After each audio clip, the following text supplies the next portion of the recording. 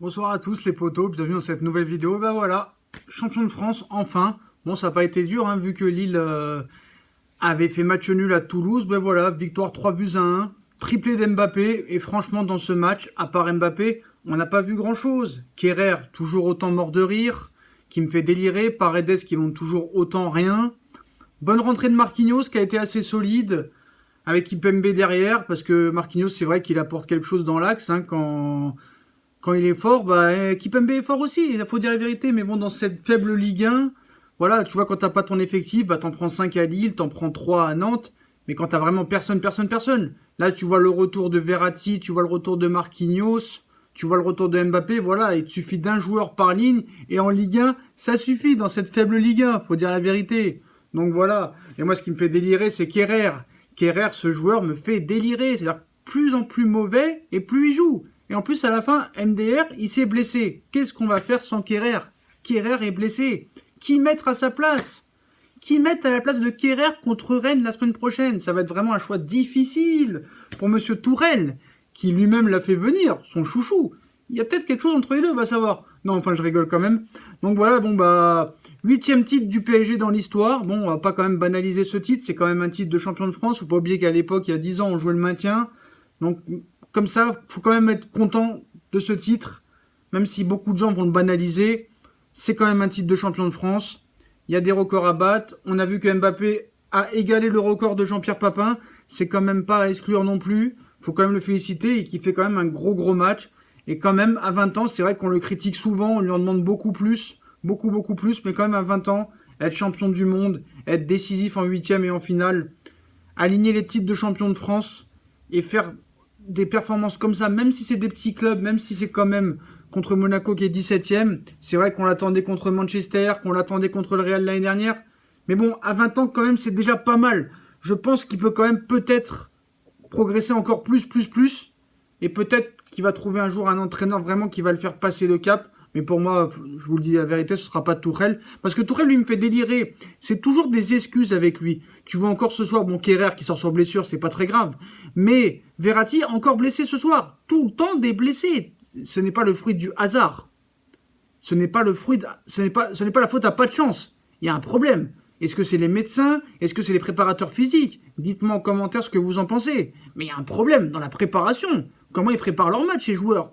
Tu vois les matchs du PSG, surtout là, depuis la deuxième partie de saison, tous les matchs, tu les regardes, que ce soit Di Maria, Kimpembe, Alves, Thiago Silva, Verratti, Neymar, ils sont toujours par terre tout le temps.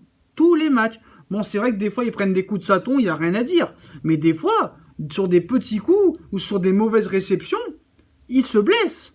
Et ils sortent direct. Et Meunier, et machin, et bidule. Il y a quand même un gros problème de préparation. Il va falloir quand même se poser la question. Voilà. Donc quand même félicitations quand même pour ce titre. Mais moi je voudrais parler quand même de quelque chose. Bon, ça fait quand même depuis l'ère Qatari, ça fait quand même 6 titres sur les 7 dernières années, parce qu'on a eu un accro l'année d'Emery, la fameuse année de la remontada, la première. On n'a pas été champion de France. Faut quand même aussi souligner que Paris a marqué dans tous les matchs cette saison. Voilà. Bon, on battra pas le record de clean sheet, hein, vu le nombre de buts qu'on prend et vu la défense catastrophique qu'on a. Mais quand même, on a marqué dans tous les matchs, quoi. Et ça, quand même, faut le souligner. Donc, quand même, bravo, voilà. Bravo, quand même. Et moi, je voudrais parler d'autre chose. Je voudrais parler d'autre chose qui m'énerve, parce qu'on a parlé de Tourelle, on a parlé du président, on sait que c'est les incompétents, le directeur sportif inclus. Moi, franchement, j'ai une pensée pour les vrais supporters du PSG. Parce que ce soir, les supporters qui étaient au parc ne sont pas des vrais supporters. Faut le dire. Faut le dire. Quand tu vois les supporters qui vont à l'extérieur, les anciens ultras, les vrais, qui supportaient le PSG quand on jouait le maintien, avec les Sami Traoré, les Bourillon, les Amara Diané, ça c'est les vrais supporters. Les anciens Boulogne Boys et ceux d'Auteuil. Les vrais supporters qu'on a dissous. Qu'on a mis tout le monde dans le même sac au lieu de virer ceux qui étaient vraiment coupables. On a viré les vrais supporters. Maintenant, le parc est un cimetière. On n'entend rien. Mais pourquoi ces mecs qui sont là, ils n'ont pas une voix? Ils peuvent pas chanter? Mais recréer alors un groupe de supporters. Si les Boulogne Boys à l'époque où les Ultras ne veulent pas revenir au parc, ils veulent faire que à l'extérieur. Mais on n'entend rien. Ce soir, t'es champion de France. On aurait dit que t'étais en Ligue 2, frère. Même si apparemment il y avait un petit huis clos de 5000 personnes. Mais c'est rien, 5000 personnes. T'as 20 000 à Auteuil, t'as 20 000 à Boulogne. Ou 15 000, 15 000. Il n'y a rien, on n'entend rien. Oh, ils ont une voix aussi, ils peuvent chanter aussi. Ils ont fait leur cinéma contre Marseille, on va boycotter pendant 30 minutes. T'as boycotté 10 minutes, t'as fait ton cinéma, c'est pas des vrais supporters. Ces mecs-là sont des supporters depuis que les Qataris sont venus au PSG. Depuis qu'il y a eu les Zlatan, les Cavani, les Neymar. Voilà.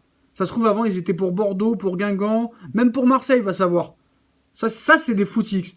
Mais les vrais supporters du PSG de l'époque, les Boulogne Boys, même s'ils veulent pas, ils sont à l'extérieur, ils font du bruit. À l'extérieur, t'entends que les Parisiens à l'extérieur. Que ce soit à Manchester, que ce soit au Real l'année dernière, que ce soit à Lille, que ce soit à Nantes.